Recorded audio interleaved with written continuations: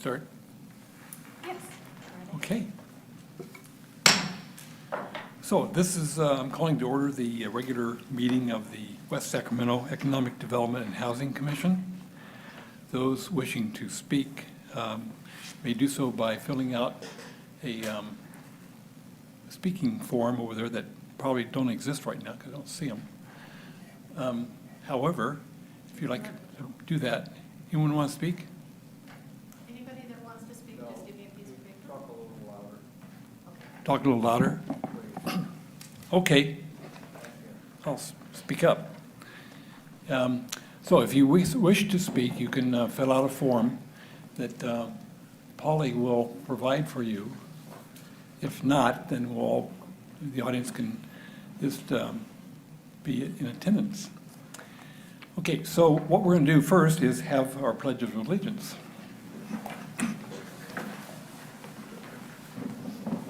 All rise. Ready to begin? I pledge allegiance to the flag of the United States of America and to the republic for which it stands, one nation, under God, indivisible, with liberty and justice for all. Thank you. Okay, so this is the July 22nd meeting. The agendas have been passed out, and we have a couple commissioners that need to be sworn in. Polly, are you ready to do that? Yeah. Will the commissioners that were not here at the last meeting please stand? Thank you, and raise your right hand. I, Polly Harris, I, Ronnie Price. I, Chris Webb, do solemnly swear do solemnly swear that I will support and defend the Constitution of the United States that I will support and defend the Constitution of the United States and the Constitution of the State of California and the Constitution of the State of California against all enemies, foreign and domestic, against all enemies, foreign and domestic, that I will bear true faith and allegiance that I will bear true faith and allegiance to the Constitution of the United States to the Constitution of the United States and the Constitution of the State of California, and the Constitution of the State of California, that I will take this obligation freely that I will take this obligation freely without any mental reservation without any mental reservation or purpose of evasion, or purpose of evasion, and that I will well and faithfully discharge and that I will well and faithfully discharge the duties upon which I am about to enter. the duties upon which I am about to enter. Thank you. You're all sworn in. Congratulations to the new commissioners. Okay, we'll move on to approving the minutes from the May 27th meeting of Economic Development and Housing Commission. Do I have a motion or any discussion? So moved. Okay, is there any discussion now? Okay, all those in favor? Aye. Aye. Opposed? Okay, the meeting minutes have been adopted of the May 27th, 2015 Economic Development and Housing Commission meeting. Okay, so we're on to the consent agenda. Let's see, now we have the regular agenda presentation of Pioneer Bluff transition plan. Good evening, Commissioners.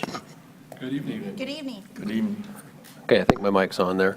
My name is Rick Toft. I'm the Port Business Manager, and I'm part of the Economic Development Division staff, and I spend about half of my time on non-port related tasks, and Pioneer Bluff happens to be my primary non-port related task. So I'm going to start the presentation tonight. Before I get started, though, I'd like to advise you that Aaron Laurel, our manager, had a conflict tonight. Is not able to be here, so Katie and I will be handling the presentation tonight. Okay, thank you. And so we have a brief PowerPoint that we're going to go through. Polly's going to call that up, but before we get started on that, we did present the Pioneer Bluff transition plan to the former Economic Development Advisory Commission in December of last year, right before the council adopted the plan at the end of the year. And Mr. Chairman, I think you're the only carryover commissioner from that presentation. But staff's assumption is that this commission has some general awareness of the transition plan. And tonight's presentation is going to be focused on the early phases of the implementation of the action plan.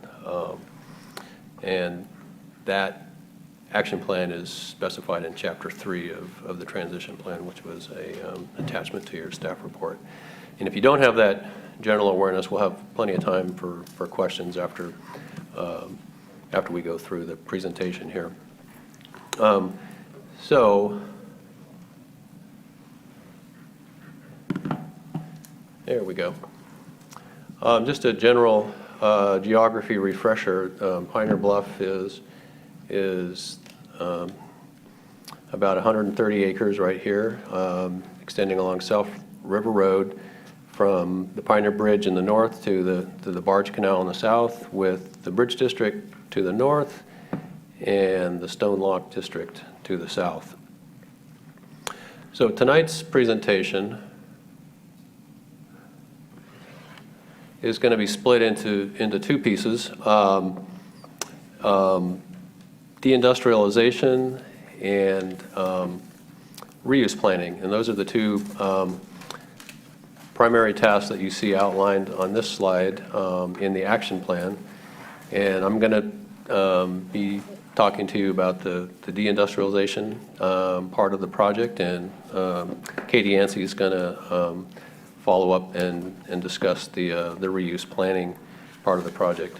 We're the respective project managers for the overall project, and working concurrently on these two parallel tasks. The timeframes that you see here are general, very general, and kind of lay out a 7-year timeframe for the different components of the work plan.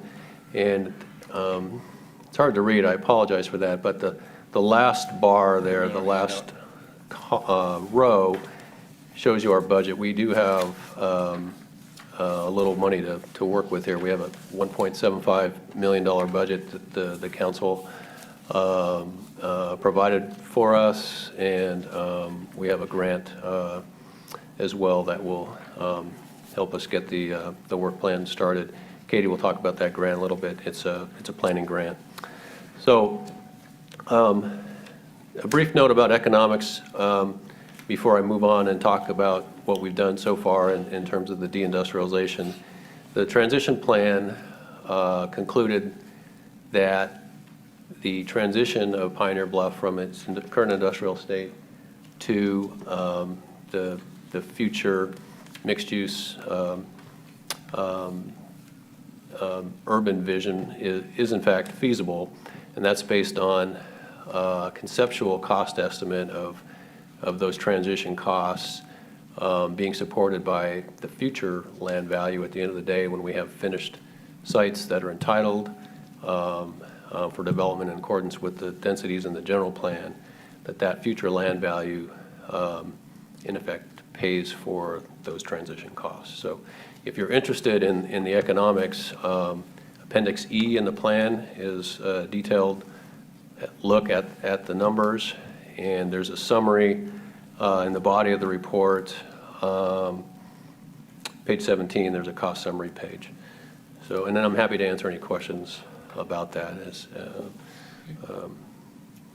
But let's move through what we've accomplished to date in terms of deindustrialization. So I'm happy to say that we've accomplished all the immediate actions that are indicated here. So the first big step was discontinuing an ethanol by rail use permit that one of the tank farms, Buckeye, had and used to use to bring ethanol by rail into the tank farm. So that went through a planning commission. It was actually appealed to the city council, and they upheld the decision. So there's no longer ethanol moving into Pioneer Bluff by rail. The South River Road Traffic Management Plan has been approved, and essentially that's an interim striping project that it's approved but not constructed yet. So if you've driven across the new Mike McGowan Bridge, you probably have kind of observed the awkward nature of this interaction of commute traffic with the industrial traffic there. But the plan will be, the Public Works Department's putting it out to bid. It's a striping project that will define traffic lanes, entrances into properties, and it will restripe parking so that we don't have cars backing out of parking spaces directly into the through traffic. So that project, you'll see it under construction later this summer. And the encroachment issues have been resolved as well. We had two primary encroachments that we resolved through license agreements, allowing the property owners to essentially have a license to encroach into the public right-of-way for a period of time until we are ready to reclaim the right-of-way, if you will. And when we're ready to do a streetscape and infrastructure project, we'll reclaim that area and terminate those licenses and proceed with those public improvements in the right-of-way. And so moving on to the Corporation Yard. The Corporation Yard relocation was identified as one of the key priorities and early actions in the transition plan. And so we have, in fact, we're about to close escrow on a new site at the west end of West Capitol Avenue that's been owned by the state of California since 1989, I believe. That's our relocation site. And so we have the site until I don't want to jinx the transaction, but we're moving towards closing that at the end of this month. And we've already started a facilities needs analysis.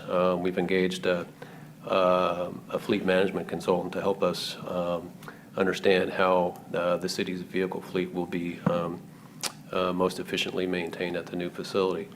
And we'll be developing a financing plan for that project later this year, getting into design next year, and hoping to start construction in 2017. So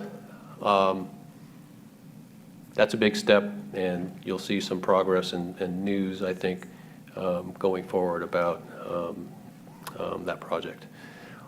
And before I turn it over to Katie to talk about the planning, there's the tank farm piece that I wanted to talk to you about. And one of the key conclusions in the transition plan was that we have excess tank farm capacity in the Sacramento region. And so we've always, prior to doing the plan, you may have heard about the old Sackport project at the Port of West Sacramento, and that was a plan back in 2006 to relocate the two tank farms on our side of the river plus the two in Sacramento to a site at the port. And we have the property reserved at the port for a future tank farm facility.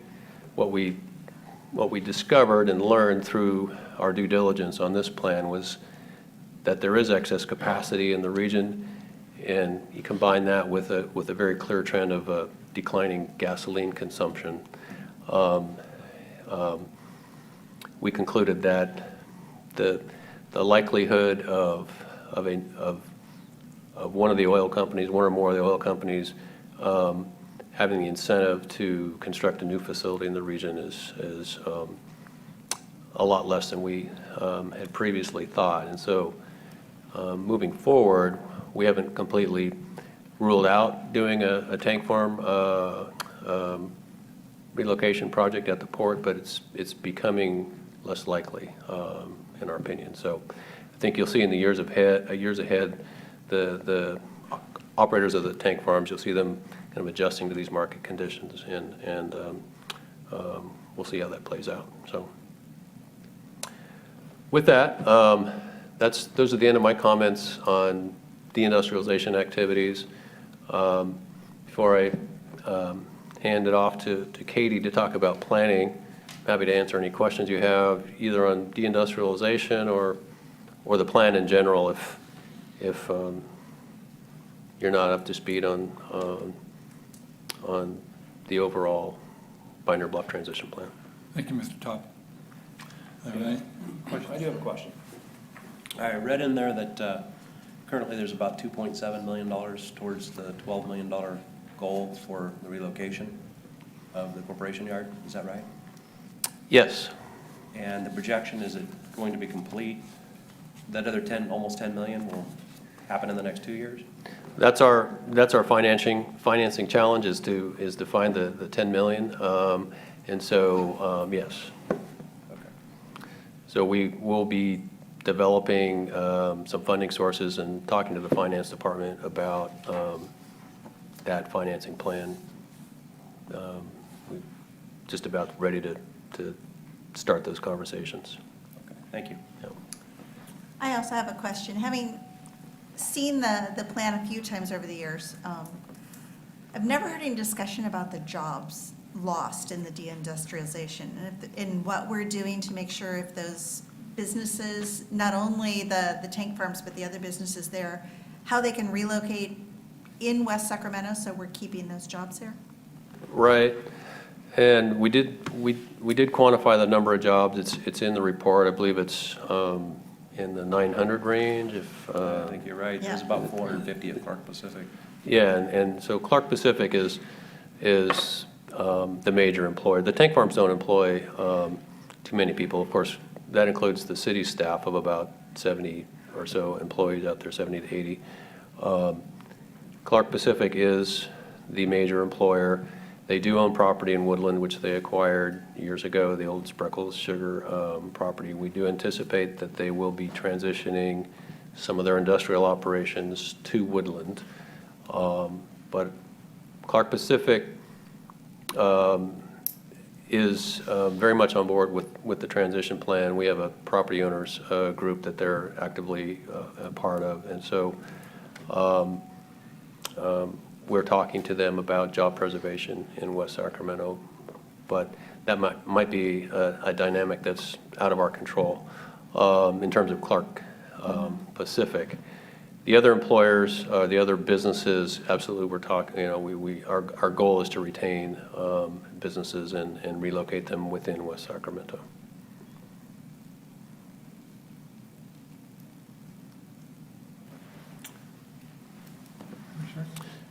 Anyone else? Okay, if you have no other questions for me at this time, I'm going to pass the baton to Katie Yancey. Thank you. Thank you. If you'll bear with me just a moment, I'm a lot shorter than Mr. Toff. There we go, that way you can hear me. Good evening, Commissioners. My name is Katie Yancey. I'm a Senior Program Manager in the city's Economic Development Division. I've just recently joined the Economic Development Division. Prior to joining, I was in Community Development, and prior to that, I'm a former redevelopment agency employee.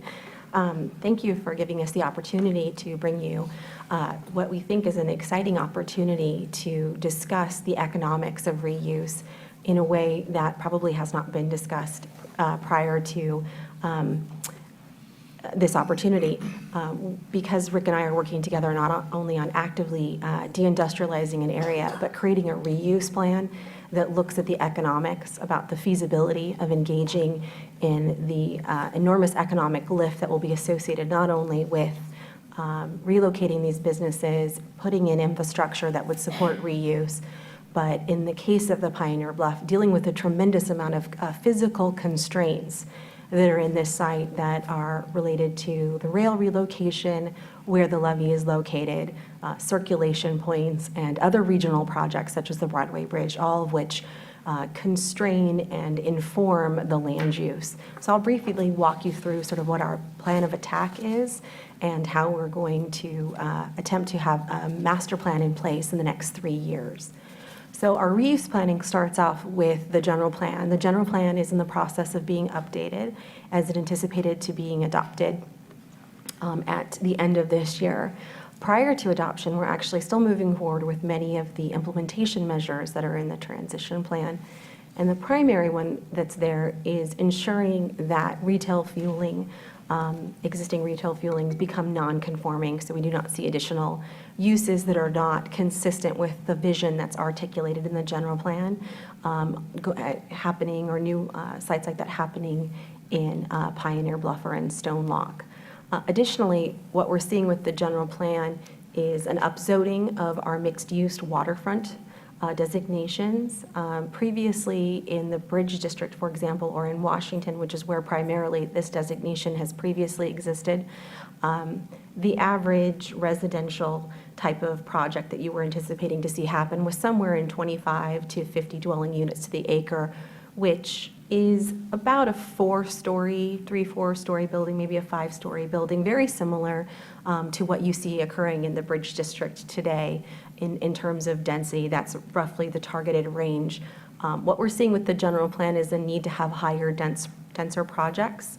So they are upzoning or they're changing the floor for zoning on riverfront mixed use. So that will be 40 dwelling units to the acre is the minimum requirement, and it will allow up to 120, which is a very dense project. So we're seeing a move towards a denser urban area, and we're dealing with that as well because there are certain economic constraints and that are associated with parking, for example, and that. So we're carefully watching what the general plan is doing because we want to make sure that we're understanding exactly what the council's expectations are for this property as it relates to land use. And so we think this is a ripe opportunity to be discussing the transition with the property owners because we feel like we're getting a clear mandate from council as things are progressing towards adoption with the general plan.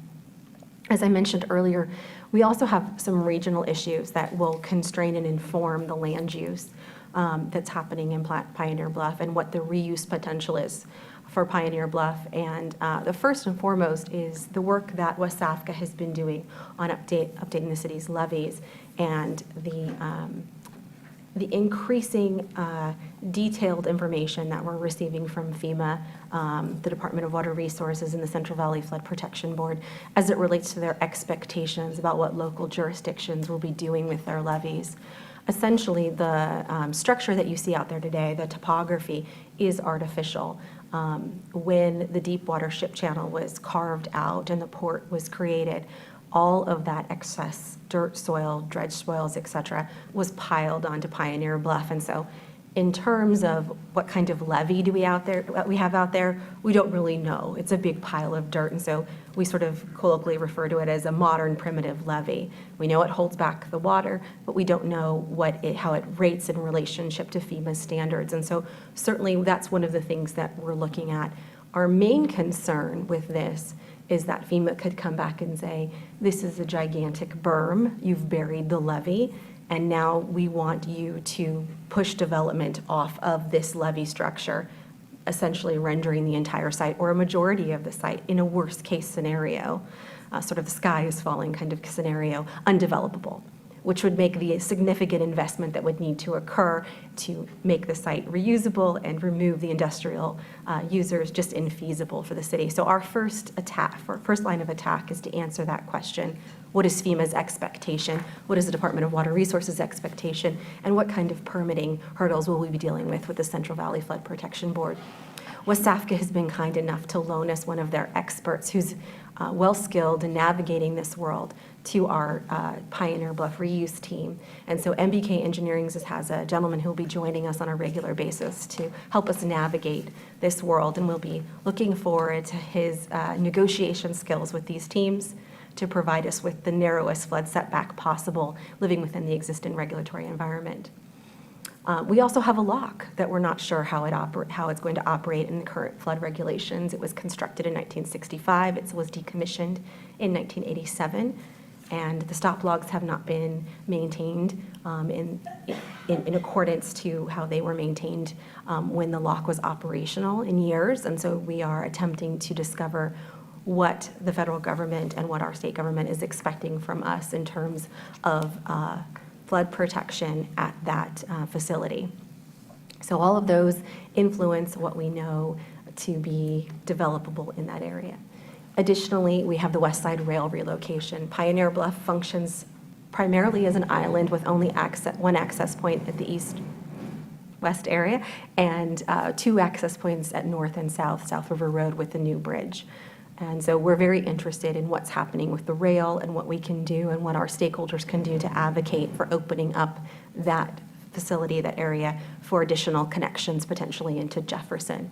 The primary connection that we've been looking at so far is Stone Boulevard. Stone Boulevard connection would require several regulatory hurdles to be overcome, including approval by the Public Utilities Commissions for a new rail crossing.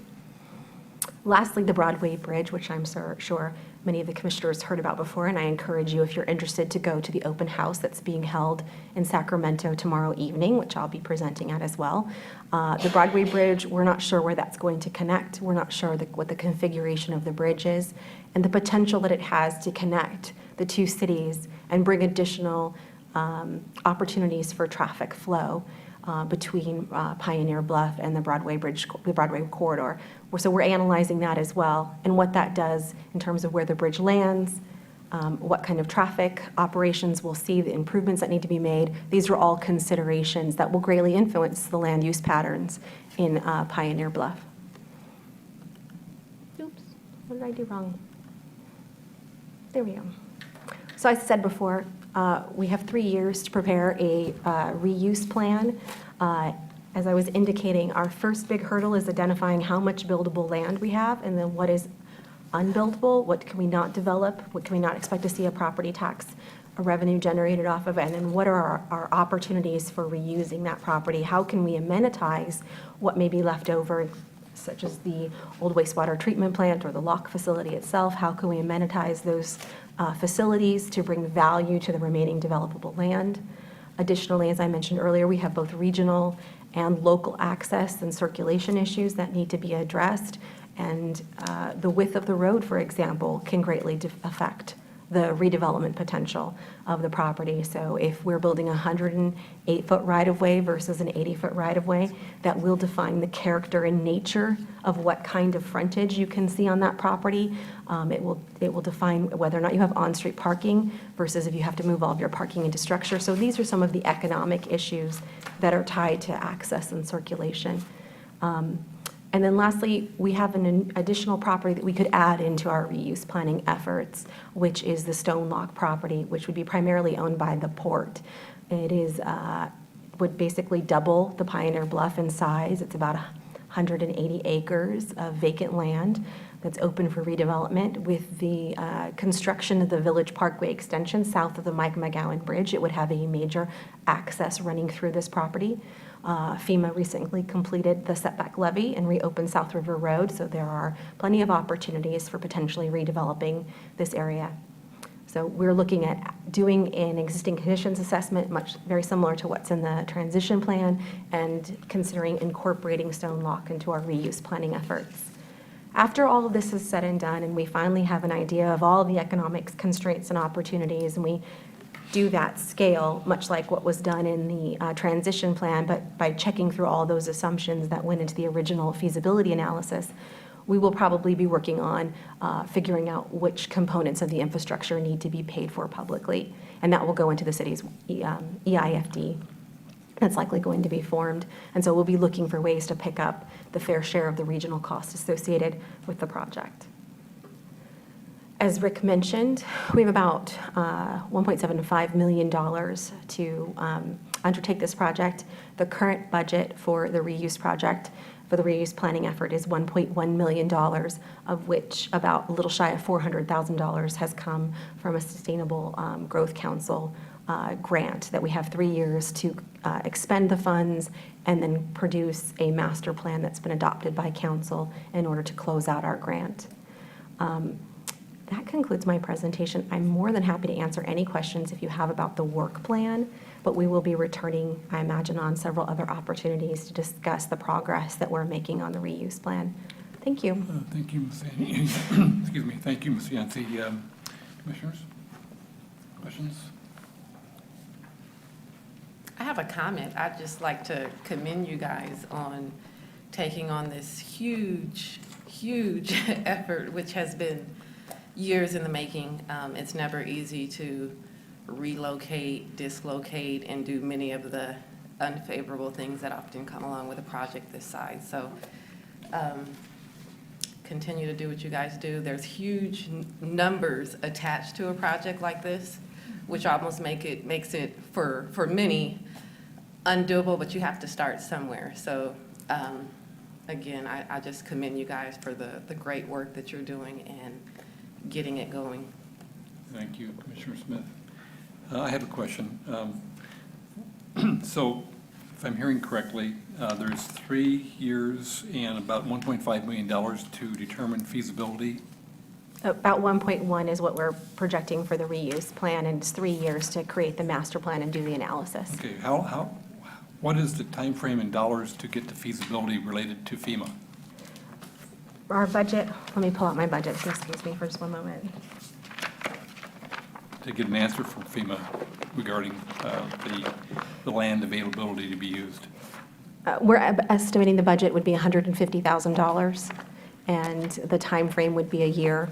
It would be part of our existing conditions assessment. So that's really kind of a deal breaker right there, you know, to understand, to get to that point where we're a year out at 150,000 to determine feasibility and really identify the land usability, correct? That's correct. Okay.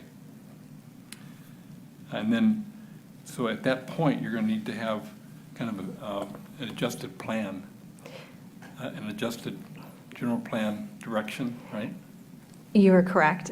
If we discover that the location of the flood setback is such that, for example, none of the land that is waterward of South River Road is developable, we would certainly have to go back and make a recommendation to amend the general plan. Okay, because that will adjust it. Okay, great. So will you be updating the commission as this progresses? Absolutely. I would also like to mention to Commissioner Brady that in case there's any concerns that this $150,000 would be a throwaway, this work will be able to be used by West Safka because this is still something that they would need to be able to do in order to move forward with their levy work.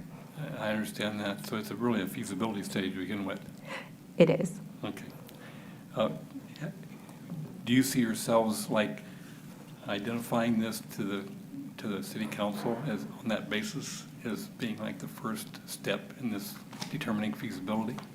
It is the first step in the work plan that was presented, yes. So I think when we go to the council with our overall strategy, that would be definitely highlighted as point number one in determining what is the available land for development. Okay, great. Anybody else?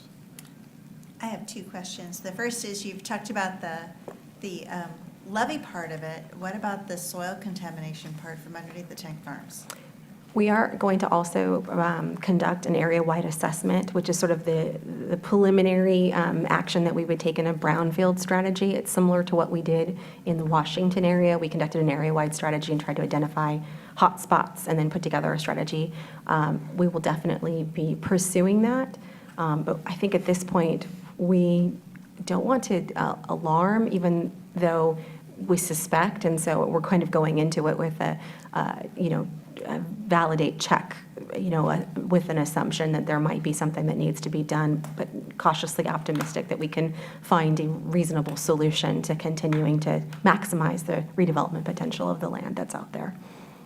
And you talked about the non-conforming use of the existing station. Does that mean the truck fueling or the gas fueling or the hydrogen fueling? I believe it's referring to the type of public accessible gas stations that one exists currently on South River Road. I believe that the general plan would be making that a non-conforming use. Oh, so you're not take my hydrogen station? No, I don't believe so, but I would have to check with our principal planner. But I think the intent is that a large, 12-pump gas station may not be consistent with a mixed-use, walkable, human-oriented type of project that's expected with the general plan. That did bring up a question for me. As far as contamination and the existing tenants that are out there, do they have any cost burden in mitigating any leaks that have happened or occurred in the past? I'm going to ask Mr. Toff to answer that question since he's primarily handling the deindustrialization activities. So we are bringing on another consultant, an environmental consultant that is more of a strategic consultant, and will probably be looking primarily at the tank farms. And so using a tank farm operator as an example, they would be a responsible party for existing contamination and be responsible financially for the cleanup. Okay. Unless they're able to negotiate that away, but we're certainly risk averse as a public agency, and we'll be watching out for that. And same thing with the rail? With the, I'm sorry? As with the rail as well with UP? Right. So, yeah, rail corridors typically do have some level of contamination. When we ultimately get around, hopefully, to negotiating with Union Pacific on their corridor, that would be one of the issues to account for, right? Okay, thank you. So that could offset the land value, right? Purchase price and all that sort of thing? Right. Okay. So again, back to feasibility. Is the environmental 1 or 2 investigation part of the scope in the 1 year and 150,000? No, it is not. The budget for the environmental, and it is in addition to the 150,000, and that budget was set at $80,000. 80,000, so, but they need to be done hand in hand, right? Yes. Because FEMA's going to be very interested in what you learn from the brownfield study.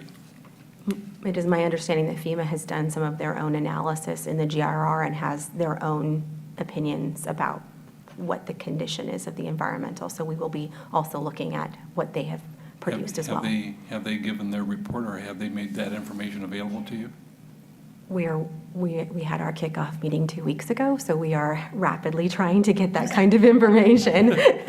It might take us a while. The federal government is not always so willing to divulge that quickly. They do divulge it, but not quickly. So it's important to have a teaming relationship here. That is correct, which is why we brought Mr. Eric Niji from MBK on board, who has lots of relationships with these various entities. Okay, great. I just spent a couple of weeks in Virginia there, and so, yes, it has its own culture for sure. Absolutely. Okay, anything else from the commissioners? Thank you, Ms. Jancy, for your presentation as well. Thank you very much. Thank you.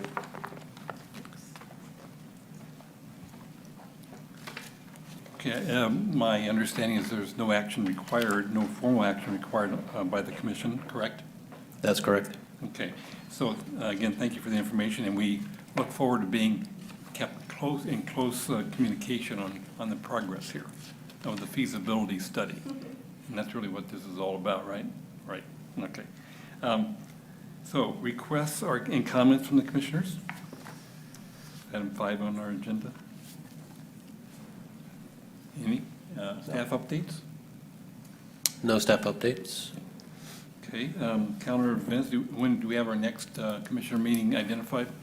Yes, it's the fourth Wednesday of September, September 23rd. And we do have one item scheduled so far for that meeting. That'll be an update from the Chamber of Commerce. And we'll schedule anything else that comes up in the meantime. Okay, any other items to come before this commission? Could I have Commissioners Esquivel and Smith approach me after the meeting? I think you can. They nodded their head yes. Thank you. Okay. Well, I think we've concluded our business this evening, and I will now adjourn the meeting with a motion. Do we have a motion for adjournment? Motion. Any discussion? All those in favor? Aye. Aye. Aye. Okay.